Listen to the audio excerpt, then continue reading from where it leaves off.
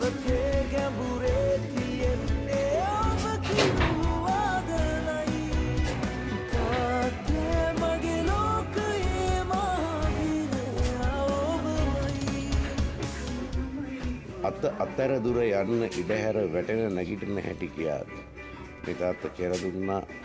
වැටුණාම නැගිටින හැටි තාත්තගේ අත අතර සාදීනෝ යන්න මේ ජීවන ගමන යන්න තාත්තගේ අපි ගැනම හිතා වෙහෙසන නොබලා රෑ දෙවේලි අපි